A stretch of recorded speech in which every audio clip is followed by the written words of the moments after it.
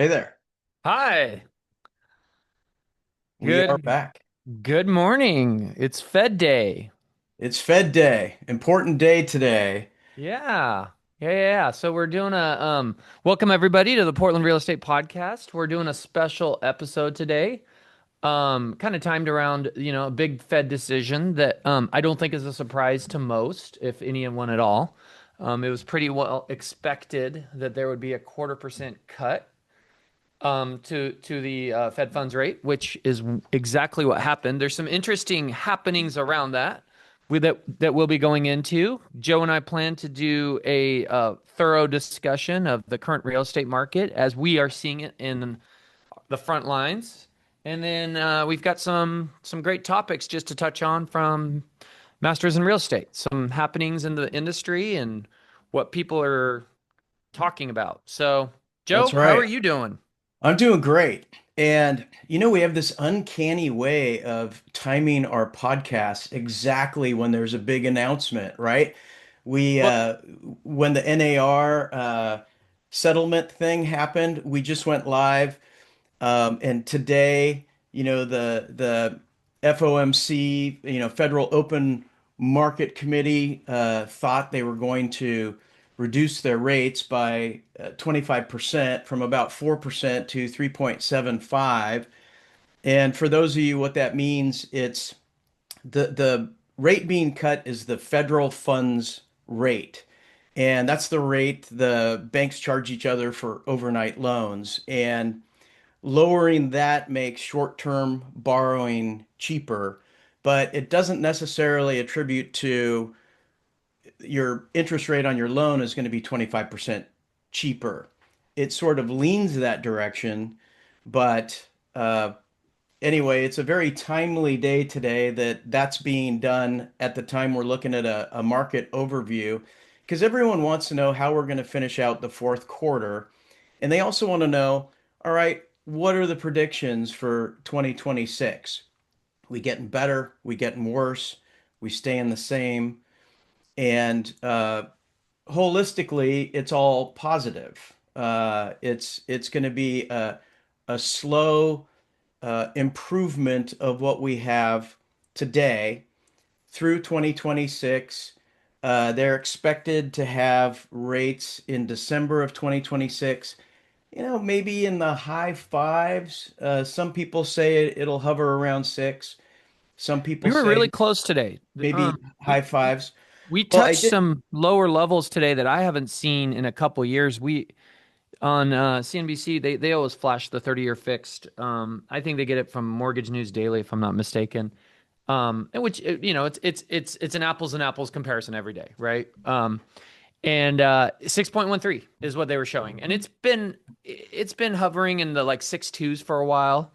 So the 10-year note yield it did rise a little bit today, but it was down to below 3.9. And that is closely tied to mortgage rates. That is closely tied to mortgage rates. It is. And so I crunched some numbers myself, and last week's average interest rate was 6.19%. And that's the lowest average we've had in 13 months, which is pretty amazing.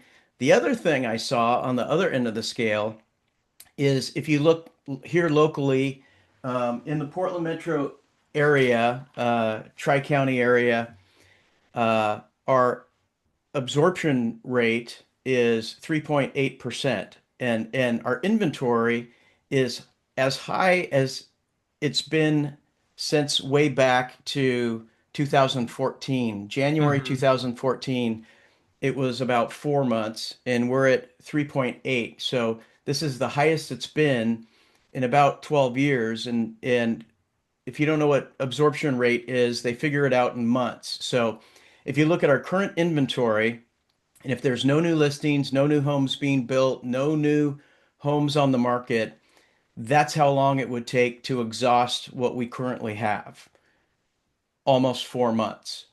And a lot of economists say that 4 months is kind of the balance of the market, not necessarily a seller's market, not necessarily a buyer's market, but it's kind of even. We're not oversaturated with inventory, um, or undersaturated like, 2020 and 2021 when I our like that you say absorption it's rate at was zero four point months. 0.6. I always used to hear, Joe, that it was 6 months that was balanced. And I agree with you. I think 4 months feels more balanced to me than 6 months. 6 months seems like a lot of inventory. Well, it Have you does. heard that historically? A lot of times they would say 6 months is considered balanced. Yeah, it's a little bit higher than 4, but I think they're kind of correcting that. I And the agree. thing that we get into is there's someone stinky in every market, right? In 2020 and 2021, sellers would sit back, they would have 12 offers, they'd go 175 grand after ask, and people are giving away the farm. I waive my inspection, I'll guarantee the appraisal gap, all this other stuff. But if you look at what happened in 2007 to 2012, it was the other way around. We had 18 months absorption rate, and the buyers are like, I don't have to buy, and I might buy your house, but I'm going to offer you 150 grand less.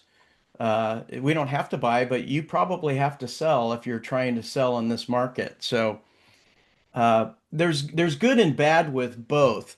So cutting the rates is good. We can all agree that if this attributes to a lower interest rate for new loans, you got to think of the economic data of why they're doing it because they're trying to spur the economy.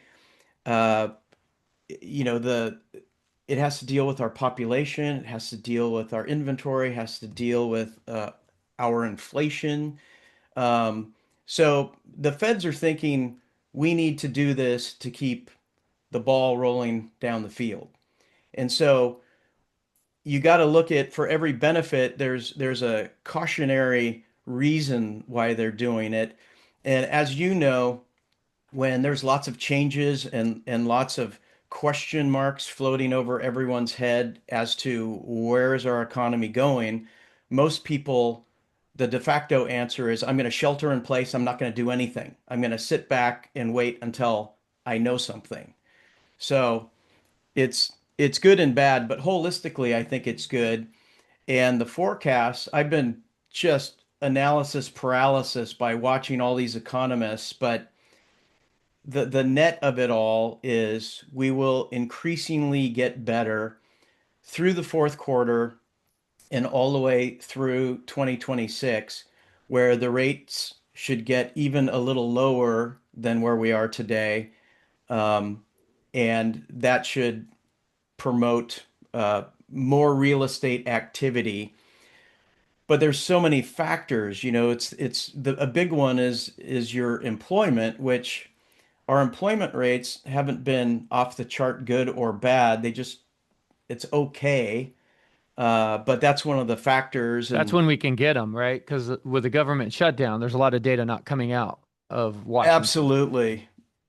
Yeah. Yeah. And that's That, a whole nother challenge that's being dealt with right now. In many ways, but in as it pertains to what we're saying, now the Fed is kind of flying a little bit blind, right? Because normally they're getting regular reports on on employment and various other inflationary reports that now are not coming out. And so they're making decisions without seeing data. And that's unique. well, true. And I think we're sort of in a good position. Okay, so 2007 and to 2012 was a murder scene. It was just the worst. And then they came Mhm. out with the Dodd-Frank thing to sort of limit risky loans, super verify the purchaser, get rid of interest-only loans, and they had lots of layers of rules, so we wouldn't go back there. No one wants to see 2007 over again, and they kind of overcompensated and made it a little bit too restrictive. And then it was what, like 2018, Congress passed the economic growth regulatory relief thing. And they're like, okay, we kind of overcorrected with the Dodd-Frank. We understand the purpose, but let's not make it impossible for people to get loans. And so they did soften it a little bit, and we've been moving along well since then.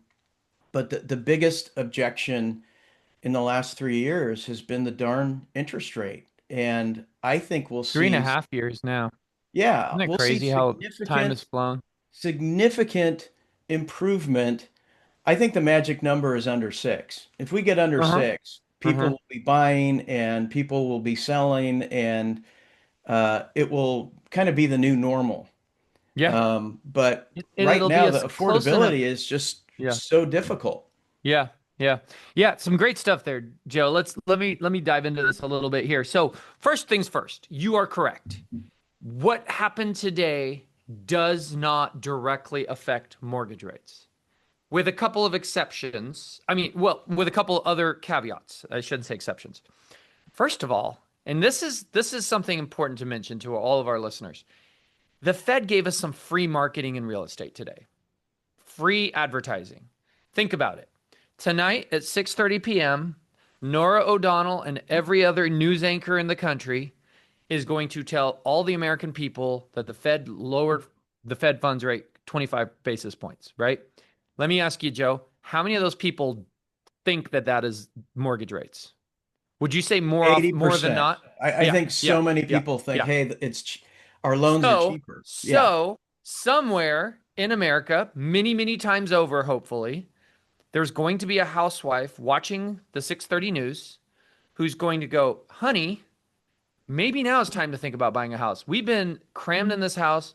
We've had two kids in the last 3 years. We need another bedroom.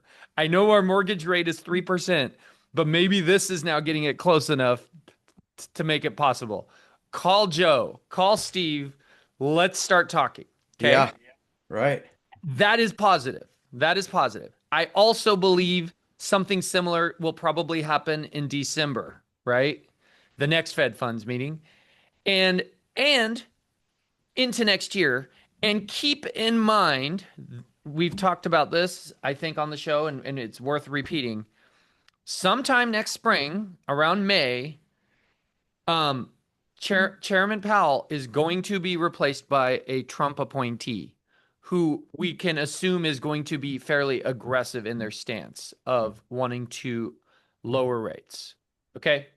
So there is those positives for the industry, regardless of what directly happens today to mortgage rates, which started the day, by the way, as I said, some of the lowest rates I've seen in a couple years.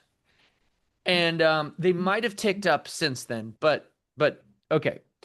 The other thing that is going on, and this cannot be understated, the Fed also announced in their statement that they would be ending the reduction of its asset purchases.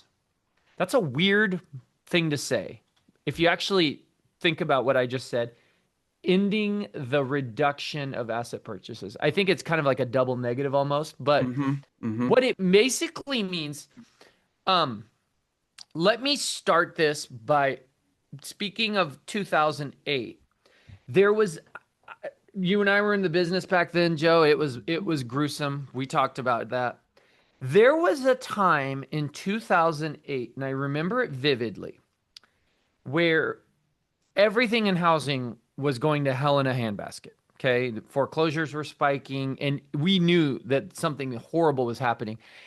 At the same time, mortgage rates were elevated. I want to say, believe it or not, they were lower than where they are today, but I want to Right. say they were in the mid fives, high fives. Don't quote me on that. Okay. And the Fed knew, in order to weather this housing storm that we were going to go through, and by the way, they had been dropping the Fed funds rate and it wasn't affecting mortgage rates. That's important to also say. They knew that in order to weather the storm, and in the months to follow, the government did all sorts of stuff. Remember when they gave the free tax credit? They were doing all sorts of stuff to help housing start to slog through this mess. The Fed started buying mortgage-backed securities. Okay. That is quantitative easing. Um, QE, they called it, right? And all of a sudden, mortgage rates started dropping. And it was this aha moment because I don't think we had ever really seen it before that I'm aware of. It was this aha moment that, hey, the Fed has a tool. They can lower mortgage rates, okay, beyond the Fed funds rate, which you and I just said does not correlate directly to mortgage rates. And in doing so, I believe if I'm not mistaken, they dropped pretty quickly into the mid fours. And I was a mortgage lender at the time, and all of a sudden we started having some refis, and it was like a lifeline in the business. Like so, the Fed does have some tools at their disposal. They're not necessarily saying they're doing that yet, but they're moving in that direction. And I think that is exciting. And when you when you when you couple that with what I just said a little bit ago about a Trump appointee is going to come and replace Powell, That's going to you be could huge. see you could see where more of that could be coming. And the what they are saying now is there's a thing in their world called runoff. And runoff, you'll probably hear this in some of the statements being said. Runoff is where the Fed has a balance sheet where they have a bunch of mortgage-backed securities. Runoff is when somebody refinances their loan, it falls off that balance sheet. If somebody sells their house, if because that think about it, that mortgage goes away, It's right? done. Right. That's runoff.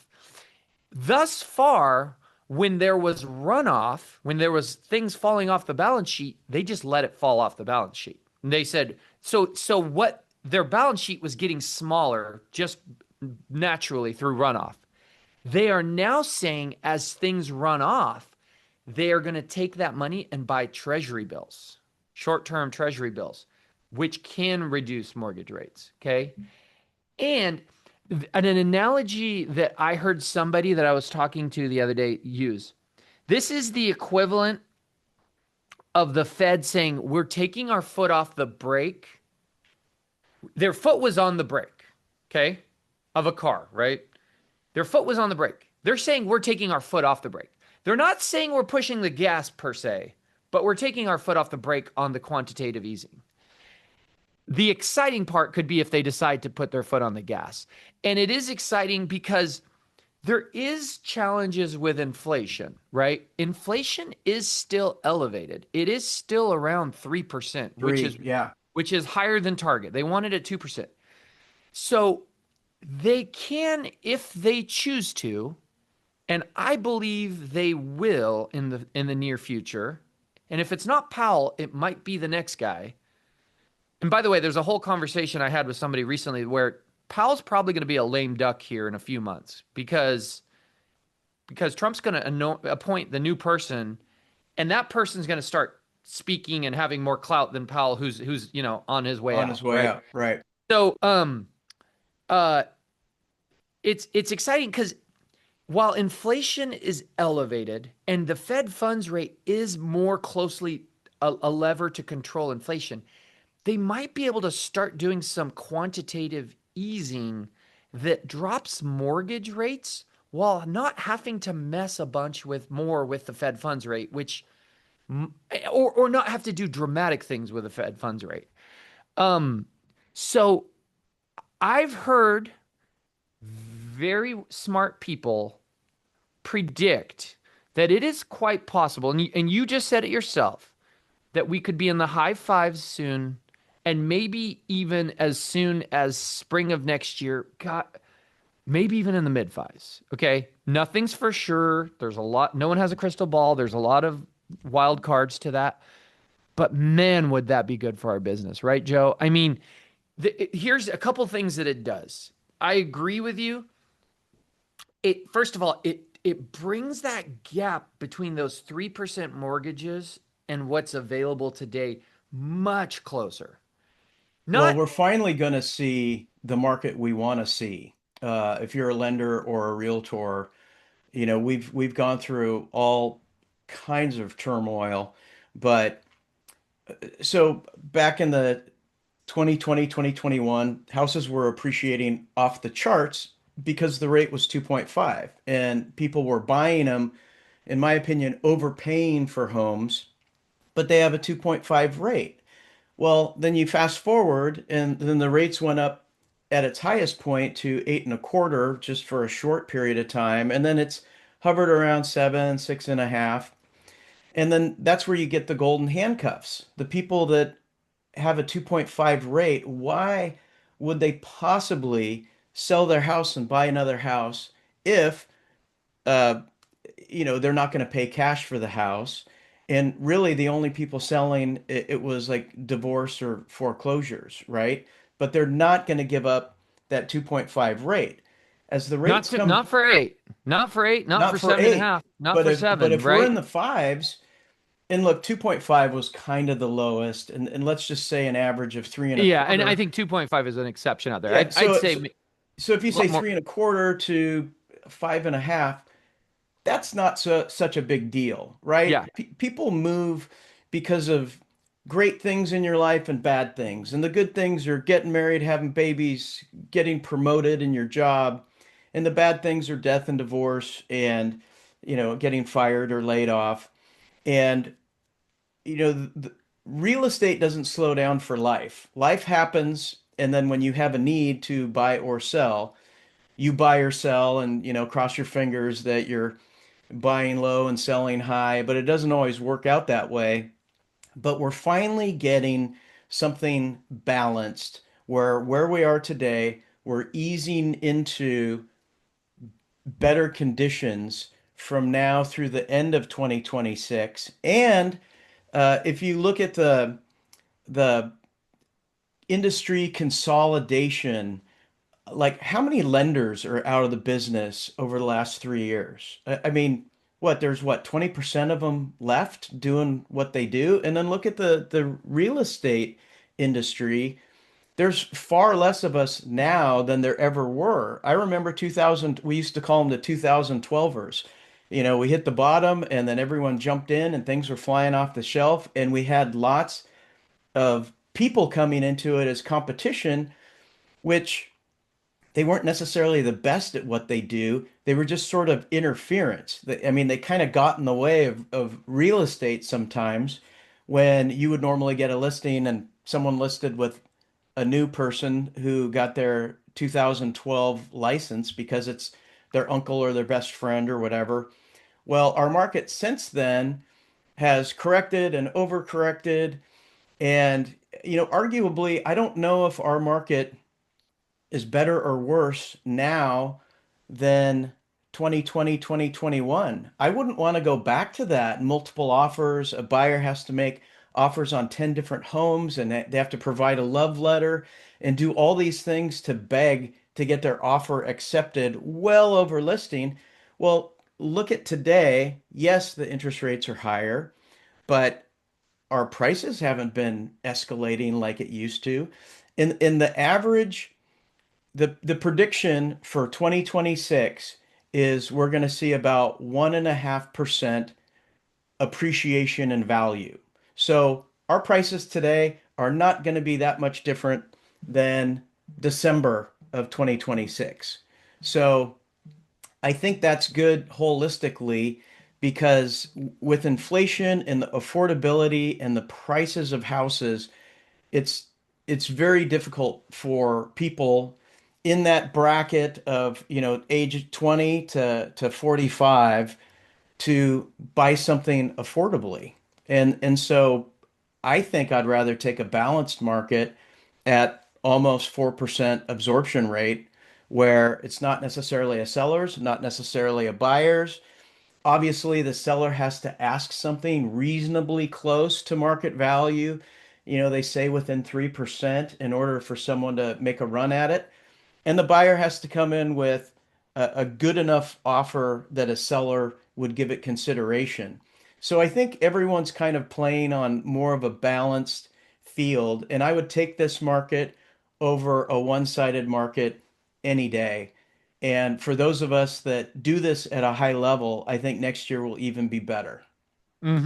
I read somewhere that here are some other um let me back up real quick and address that. It occurred to me as you were talking that homeowners out there have to weigh two pains and decide which pain is greater. Okay. The pain that they are feeling in their house with it not being the right house. Okay. And let me give you an example. You got three kids and you got three bedrooms, and those kids are growing and they need another bedroom. You need another bedroom. Okay. There's a lot of other pains you could have. I mean, suddenly you're promoted. Suddenly your work tells you, hey, work from home, and you don't have a home office, right? That would be another pain, right? You can come up with a lot of different pains, right? As a growing family, actually, and there can also be pains with downsizing, right? Too much house. There's people who've been out there, Joe, for a while, who they vocally tell me, I'm not going to downsize because the mortgage on my smaller house would be more than the mortgage on this much bigger house. And Yeah, while I don't need all this house and I'd love to not have to vacuum rooms I don't use, why would I do that? Right? That's pain. So there's that pain. The other pain that they have is the pain between their current mortgage, the current mortgage rate they have, and market rates available today. Okay. If they have a 3% mortgage rate, when we were at 8%, God forbid, because that was horrible, yeah, right? That is a massive pain. And that is a far bigger pain than most of the other pains they were feeling with regards to their house, right? Like it would take like somebody if somebody let's use it, I'm just going to use an example in our world, right? If somebody lives in Albany, Oregon, and they get a new job in Portland, right? Maybe prior they worked in Albany, right? Or Salem. The pain of driving to Portland might look okay for a while compared to the pain of 5% difference in your mortgage rate, right? Going right. from 3 to 8%. You might go, look, I'm going to drive for a while. Now that those rates are coming down and now that they're 6 and and hopefully even lower, that pain starts to look less painful than the drive from Albany to Portland. And I'm hypothetically making a random example. You can use this in many other scenarios out there. As that number comes down, the pain incurred of changing mortgage rates diminishes. Now suddenly the pain of the existing house they have seems greater. Not Sure. to mention that pain is compounded the longer that pain is out there, right? If you have, I'll use the example of you've got three kids and you got a three-bedroom house, so two kids are sharing a room, right? And maybe in 2023 those kids were 8 and 10, and it was cute for a while. Now they're 11 and 13, The right? walls are closing in. Yeah, The longer that pain lasts and the more squabbles there are and fights and separating the kids, whatever the case is, right? The more that pain gets exacerbated, right? And so that other pain of the changing of the mortgage rate diminishes. So a few things are working in our advantage. Rates are getting closer to what people have. Time is going by, and that pain is being felt longer. And so I think we're going to start seeing a little bit more motility, more movement in the housing market. One of the well, telltale signs, I'll finish with this, Joe, and I'll let you jump in. One of the telltale signs that I encourage our realtor listeners to pay attention to, because I think this will tell you, and I've seen a little bit more of this recently, and every time it happens in my world, I get really excited. For several years, we were not seeing our past clients call us and say, hey, Steve, I'd like to sell and buy another house in our market. Whether it was a move up, move down, just a buy sell. Remember those wonderful phone calls for many years we had, Joe? They were twofers. They're yeah. calling you and they're You like, hey, I sold need to us sell this and I want to buy. monster house 15 years ago. The kids are gone, and We want you to sell it and we want a one level. You sometimes get the downsize ones because they have some cash to play with. Yeah. But the upsize ones are the ones I've noticed tremendously have almost they'd gone dormant because people were just staying put. I've started to notice a few more of these coming in. Not gobs of them, but one here, one there. One here, one there. Hey, come out. We want to do something different. Come check out our house and let's start talking about a search. For several years, most of the clients I've been working with were either pure sellers, and what I mean is they're only selling, or pure buyers, they're only buying. A lot of times the sellers were selling, leaving the area, or they're going to do something different. The buyers, they didn't currently own a house, or they were going to rent their house because they love their mortgage rate and they're going to buy something, right? But the buy and sells are a telltale sign. As if those start to uptick, that's a telltale sign that that gap between mortgage rates is closing enough that people are doing that. And it's really exciting. Well, and I'm glad you said that because the other telltale sign is whenever you see a substantial increase in people remodeling or putting on an addition, that means, hey, I'm not going to get rid of my low rate. I can't buy. If I bought 200 grand less, I would have a higher payment than what I currently have. We're staying. And so they will do an addition or kind of make a house that doesn't fit their family or lifestyle actually work.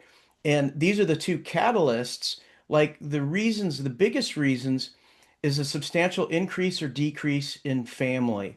You get married later in life. This person has two kids. All of a sudden, now you have three kids in a house when you only had one, and you just simply don't have the room for it. If it's not conducive in the market for their rate and their finances, uh, to go buy something, they're going to make it work and remodel. And granted, that is painful, right? But I think the one that's a non-starter is when you're looking at mobility. If you got to look at our population and their mobility, so you look at elderly people, obese people, people with a handicap, they absolutely cannot be in a two or a three-story home. And could you have a primary bedroom on the main floor and a kitchen on the main floor and main level living? You can, but you're still paying exorbitant amounts to heat the place, cool the place. The taxes are going to be through the roof. And ideally, they would be better in a one level, the perfect size for them. And I believe that our market, where we're coming up to, is going to be conducive for a lot of people to make the change. And then the factors that buyers look at, a lot of them are shopping. If I buy this house with this price and this taxes, what's my monthly payment? That's really all I care about. Other people are, what's the interest rate? That's most important to them. And then finally, what we call the rent trap is, what's the down payment needed in order to purchase this house? And like oftentimes people that are renting, their rent payment is not unlike a mortgage payment, but the rent trap is they don't have that 10% or 20% down to put forth in order to buy a house to get that mortgage rate. So they're sort of stuck in the rent trap. So those are The three other thing about the variables. Yeah, the other thing about the rent trap, I was just talking to someone about this the other day. The other thing about the rent trap sometimes too, Joe, is sometimes the mortgage payment is a little higher and they don't want to bite that off, so they keep renting. But guess what? Rents go up. And Right? then 3 years later, the rent is higher than what their mortgage would have been then. But home prices have gone up. So now they still would have to bite a higher mortgage payment to to buy. And they don't want to do that. So they keep renting and it just keeps cycling over, right? And they never take that leap, get a mortgage that's a little higher than they're comfortable with renting right now, but it stays a fixed and while rents continue to go up. Yeah. Absolutely. And the economists that talk about our younger generation, they're not very nice. But in short, The problem is we have too many people spending lots and lots of money on depreciating assets. Hey, it's fun. Everybody loves to have a ski boat, a ATV, a Sprinter van, all this other stuff. That's a depreciating asset. So whatever you pay for it, when you go to sell it, you're going to sell it for less, and you also have to maintain it. And you're not building equity, you're building debt. And I know it's fun, but gosh, maybe get a house under your belt first before you say, hey, I'm going to get a Sprinter van and travel for 3 years before I get my real job and settle down. They say the best time to buy a house is 20 years ago. Well, if you I don't love have that. one, the best time to buy a house is today. Yeah. Yeah. So stop by. Don't go get your, double soy, cinnamon, pumpkin spice, a macchiato every single day for $6. And don't buy stupid crap. And you will thank yourself when you fast forward and you're in the ripe old ages, and then you can retire well versus having to work and scrap until you're 70 years old. I mean, all the people that are the Walmart greeter that are like 75 years old probably had lots of cool toys growing up, or maybe they never really uh, saw their full potential in the job. But if you can control it, don't buy this stuff you don't need. Sock it away in real estate. Real estate is the number one proven thing for wealth building. So why wouldn't you do it? Yeah. Yeah. Yeah. Yeah. I saw another interesting statistic on social media. It was by an industry person. Um, stating, and I don't know fully where they got their data, but I trust them. They're with a large title company, and it's a reputable person. They said that the average rate out there on I think I screenshotted it to you too, Joe. The average mortgage rate on all houses out there, not new houses, all. If you take every house in the country and you take their mortgage rate and you divide it by the number of houses, it's just now ticked above 5%. Okay? Right. Yep. And for a long time there, it was under 5%. It was probably well under 5%. But if you think about it, Joe, this makes sense. Every month, new mortgages are closing, and they have been for years now. 3.5, by the way. They're closing at 6, 6.5. They were 7. They were 7.5. Those are lifting the average up. Okay. So just now, that average rate out there, because there's a lot of those now being added into what the average is, it's now just above 5%. So there is some comfort in that as time goes by, that average is lifting, and there are mortgages out there that are not they're not all in the threes, right? There are many that are above that. And yeah, it's that lock-in effect is real. It's been real. We've felt it for several years. It's the reason why transaction counts are the lowest they've been in 30 some years, right? Back to 1995 is what I've always heard. Yeah. But hopefully hopefully you would think, I mean, again, we're going on 3.5 years of this. The Great Recession, which I said this to somebody the other day. I said something about the Great Recession. He goes, I was there. It wasn't that great. The Great Recession was only 4-ish years, and it was bad. So I have to believe that demand is out there. It's waiting for, that gap to close between the rate they have and current available rates, and we'll start to see a tailwind of activity causing more transactions that will dramatically help our industry. And remember, and and actually there's a lot of belief in the powers that be, yes, the Fed and the current administration. They do believe that housing has been depressed for probably too long, and it does need to start moving through. And remember, Joe, there's a lot of ancillary industries that are fed by housing. Right. Home Depot, furniture stores. I mean, title, escrow, mortgage. I mean, it goes on and on. We think a lot about the ones that are really close to us, like the title, escrow, mortgage, but there's a lot of when people. A lot of times people think about buying stuff for their house when it's a brand new house, right?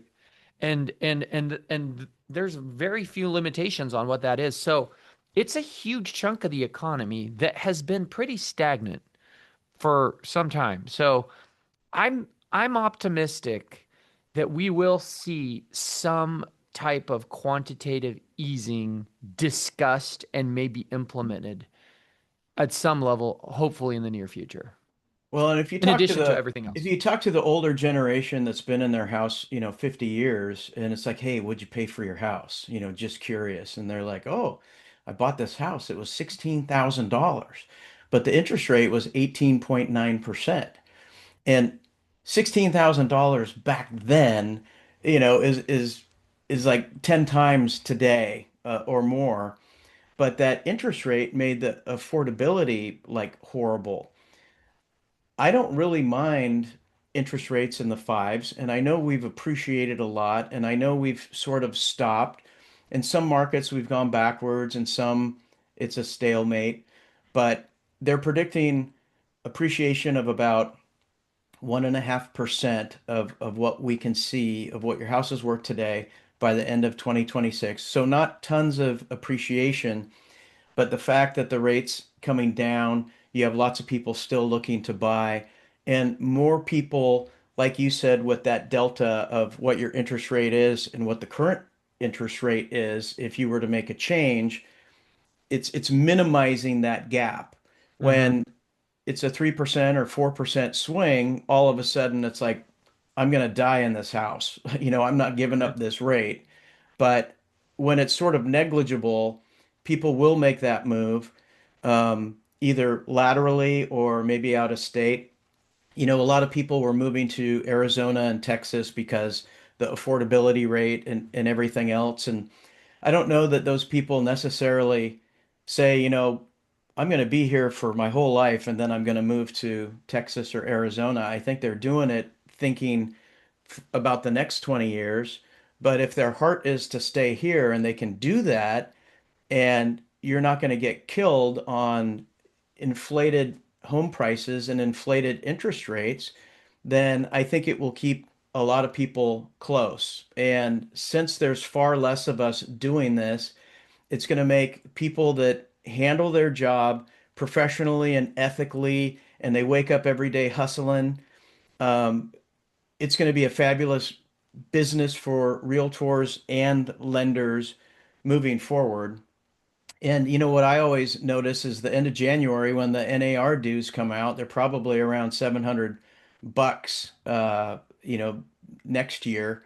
And if you were down in business or never really did a lot of business, and that payment of $700 comes, that's when the bottom of the barrel drops off. Their partner is going to say, "Gee, you sold 1.75 units or properties this year, which isn't a lot of money, and now you're going to have this How do $700." they sell 0.75? Well, it's an average. So It's you just- have people that sell 100 houses, and then you have yeah, 100 I'm sorry. people that Okay. sell none. I was teasing you because the Yeah, partner is saying you sold 1.75 units yeah. specifically. Yeah. The No, garage and bedroom gets cut yeah, off. yeah, yeah. Um, but yeah, on average, and that's why 10% of us sell 90% of the real estate that's out there, and the 90% of the brokers who don't do it at a high level fight for the 10% that's left. Hmm. And the more we can get rid of some of those people, I think the better for our industry, the better for the professionalism and ethics. And look, I wish everybody worked at a high level, but that just isn't the case. And I think holistically, as we ease towards a better real estate market, I think the professionalism will go up, and I think people can transfer title. back and forth, and it isn't completely lopsided to a seller's market or a buyer's market. So, and it right now it says it's slightly weighted to a seller's market, but that seller still has to be realistic in price, right? If you're above what it should sell for, it ain't going to sell, even though it's slightly weighted in your favor. So, Hmm. Yeah, yeah. Well, I think we did a good job of unpacking the state of the market, especially as it pertains to the Fed funds rate and what's going on with mortgage rates. Let's jump into we have a couple quick topics we just want to quickly touch on, Joe, with Best of Masters and some stuff that's been out there.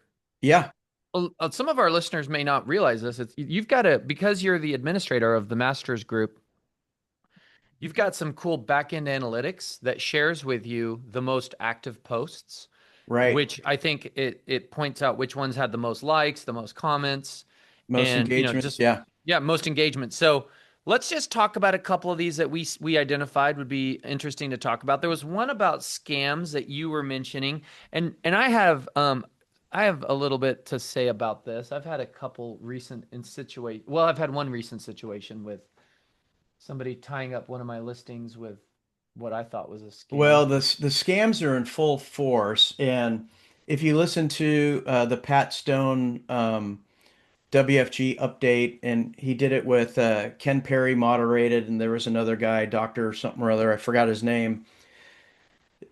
WFG, according to what Pat Stone said, I don't know if you know the answer. So if you know the answer, don't answer it. But do you have any idea, like how many times scammers try and break into their computer system a month?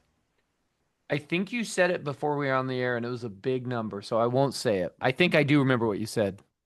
Started with a six and had a lot. 80,000. Oh, oh, 80,000 yeah, yeah, times a month. That's like yeah, constantly getting scammers and phishing and emails and all kinds of stuff. I mean, yeah. cybersecurity is a big deal, and that has to do with our market as well.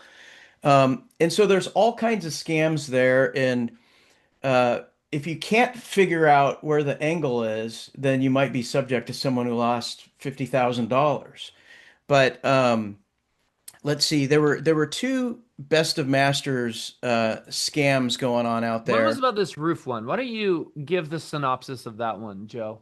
So That one got a lot of likes. 100, 110, 112 likes, something like so that. what happens is, when someone hires a contractor to do something to their house, paint it, put on a roof, landscape, put on an addition, whatever it is. And now the trend is those people stick a sign in the yard because all of their neighbors are thinking, hey, they're getting a roof. Maybe we should get a roof. And then they go and talk to their neighbor and they like, hey, how do you like your people? How do you like your people? It's like, oh, they're great. They're here on time. They show up. They're reasonable. And so there are scammers that go around that house that's getting on a new roof and they solicit all the neighbors and say, "Hey, we're putting on a roof for John and Mary, a couple doors down, and we like to keep all of our men and workers and equipment and materials in the area, and we want to give smoking deals to everyone in the neighborhood, and then we can just work on this neighborhood and then move on." And so they give these sweet deals for roofs, and people in the neighborhood give them, half up front. And Somebody just got a anyway, free roof. That's a crazy story. the they're paying someone who isn't that roofer. And then this scammer is also calling contractors to go put a roof on the house, paid on completion. And so the homeowners are there and they see the trucks pull up and the people are like putting the roof on and they're like, this is great. And then the roof is on and then the person says, hey, I want payment. And they're like, well, I already paid you half, so I'm only paying you half for the finished, or we want payment for the entire thing. The problem is the person doing the work wasn't the one that got paid. It was somebody else. And so in that post, there was a vacant house that got a new roof, and the people that put the roof on was actually the one that got scammed because they were not hired by the seller, and they put on this whole roof and they're looking for payment. And it's like, we didn't hire you. Show our signature on a contract where we hired you. And so essentially, this vacant house got a free roof, and the contractor really should have known better. I mean, you have to treat your business like a business, and they got And scammed. And sometimes it's hard to identify where the scam's coming from, but yeah. Can I tell you something, Joe? There's a lot of scams out there. Do you know the ones that scare me the most are the ones where I can't figure out what the angle is? Like, what are they trying to gain here? yeah, Those ones are the scariest because you can usually, if somebody starts asking for money, you go, okay, you're scamming me and I'm not giving you money. Okay. But if somebody starts in this, I guess you could say this is an example of that, where they aren't asking for money and they're just going through the motions of normalcy. It's really unnerving when you later find out that it's a scam, and you're like, how would I have known? Because they weren't yeah. asking. I was look. There's no angle here. I'll give you an example. Okay, we have a listing in Happy Valley. A Redfin agent that I know and trust reached out. She said, I've been working with this buyer for a while. They were an overseas buyer. They're from another country, but I think they lived here, but they had ties to another country. That came into play because they made an offer cash on the listing. They produced some proof of funds that were a little weird looking because they were in another currency from another country. Hmm. We The one thing we did right that I'm proud of, we did not move it to pending status. We said, hey, because these funds are a little not the norm, we're going to leave it active until you deposit earnest money. Well, long story short, 5 days go by, no earnest money is deposited. And the person is giving these, there was a lot of red flags. They left the country to go get the funds. But they really want the house. And they were also throwing these little breadcrumbs that made it, my brother lives in the neighborhood. I want to live close to my brother. Bottom line is it never went anywhere. We went back, we got out of contract because they didn't deposit earnest money. Fortunately, our history wasn't affected. Luckily, we are in escrow with a different buyer now, a good one. But we're just like, what was their How do you angle? get money? How would the What are they scammer get money doing? on that? What other than disrupting our lives, messing with our sellers' lives who, go through the ups and downs of being in escrow and thinking they have a deal, and messing with the buyer's agents' lives and a lot of wasted time. What are you trying to gain? And I would be remiss to tell you, Joe, I feel like I see that stuff more and more all the time. All the time. There's another agent in my company, good agent, who he got ran through the ringer for like 3, 4 months by some buyer who was professing to have millions of dollars he needed to invest in real estate. He jumped through all sorts of hoops to give the impression that he had these funds, showed proof, introduced him to money managers, all sorts of bizarre stuff that in the end, I don't know if I blanked out there, but I hear you.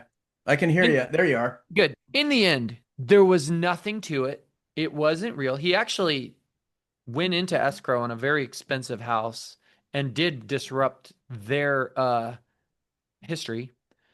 And in the end, never bought anything. And we still don't know what his angle was. What was he trying to do other than waste people's time? And and I've seen posts on Masters about that too. So be aware there are scammers that are obviously out for and it's obviously a scam. They're fishing for the wire. They want you to wire them money, and those are obvious.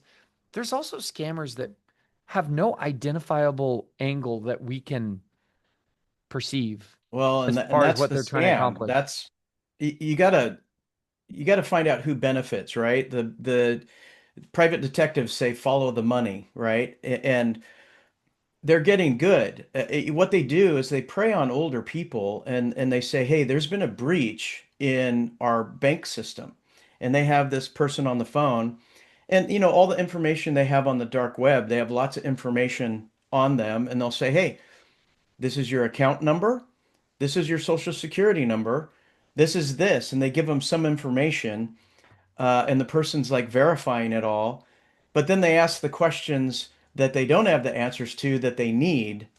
Like, hey, just to make sure that you are Mr. or Mrs. Jones, I'm going to ask you, what's your favorite food? Where were you born? I'm going to ask you these questions. That's what they're fishing for, so they can move forward with the scam. And you see those fishing expeditions all the time, and it's a horrible way to make money. I always thought if those people would put their efforts into a real job, they'd be multimillionaires, but Mm-hmm. evidently scamming people is easier. And I think those guys deserve to go to prison and serve their life in prison, but they're vapor. It's really hard to catch those people. And once Yeah. the money's gone, it is next to impossible to try and get it back. Yep. Yep. Let's move on from that one. Mark Okay. Alto, he was on our show, if I remember correctly, right, Joe? Yep. We had him on. Yep. Yep. He did a nice post October 1st about the government shutdown and how it affects our industry, primarily with to do with mortgages. But I actually have one of these right now. I'll just tell you a quick story. I've got I want to say it's a 100-acre parcel. It's farm. It's very much a farm in Hillsboro. Not a little ways off of 26, Highway 26, not too far off Highway 26. We went live about a month ago, 4 weeks ago. We just got an offer in the last week. It is some type of specialty farm loan. I don't know. It's some type of specialty Oh, farm loan. there are residents on it, so it's Yeah. commercial and residential. Yeah. Yeah, Yep. there are farm loans out there. And Those are the hard enough as it is. yeah. And the offer came in. It's got like a 120-day close, and it says specifically we can't do anything until the government reopens. Right? They can't move forward with the loan.